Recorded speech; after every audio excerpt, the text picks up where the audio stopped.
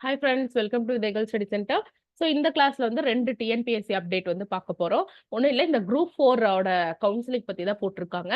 So இந்த JA posting, VAO, bill கலெக்டரோட போஸ்டிங்க்கு வந்து பாத்தீங்கன்னா வந்த கேண்டிடேட்டோட நம்ம சேர்மேன் பிரபாகர் சார் வந்து பாத்தீங்கன்னா இன்ட்ராக்ட் பண்ணியிருக்காங்க அப்படிங்கிற ஒரு அப்டேட்டும் போட்டிருக்கு, போட்டோஸும் போட்டிருக்காங்க. சரிங்களா, அது ஒரு விஷயமா பார்க்கப்படுது. அதுக்கப்புறம் ஜேஏ அண்ட் விஏஓ இந்த எக்ஸாம்ஸ்க்குலாம் இந்த பதவிகளுக்கான கலந்தாய்வு நடந்துட்டு இருக்கு இல்லைங்களா, இதுல என்னென்னலாம் பணியிடங்கள் நிரப்பப்படவில்லை அப்படிங்கிற விவரமும், நிரப்பப்படாத அந்த லிஸ்ட் எவ்வளோ எவ்வளோ கம்யூனிட்டில எத்தனை பேருக்கு இனி வந்து நிரப்பப்படல அப்படிங்கிற லிஸ்ட், வேகன்சி லிஸ்ட் வந்து குடுத்திருக்காங்க. At the day of one counselling அப்படின்னு சொல்லிட்டு. சரிங்களா?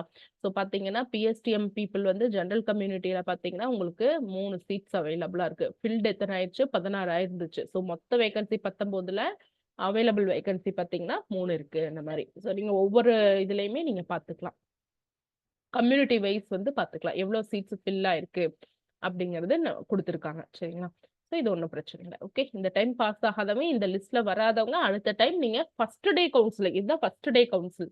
இத நீங்க பார்க்கவே கூடாது நெக்ஸ்ட் டைம். ஏன்னா ஃபர்ஸ்ட் டே ஃபர்ஸ்ட் டைம்லயே போய் போஸ்டிங் எடுத்துட்டு வந்திருக்கணும். அடுத்து இந்த ஃபில்லிங் டீடைல்ஸ் பார்க்கவே கூடாது. இந்த குரூப் 4ல கிளியர் ஆகாதவங்க கவலைப்பட வேண்டாம். 2025ல பார்த்துக்கலாம். அதுக்கு முன்னாடி நமக்கு ஹூ நோஸ், நீங்க குரூப் 2ல போகணும், 2ஏல போகணுங்கிறதுக்காக கூட இந்த குரூப் 4 நீங்க கிளியர் ஆகாம இருக்கலாம். அந்த மைண்ட் செட்ல நீங்க படிங்க. ஓகே. Thank you friends.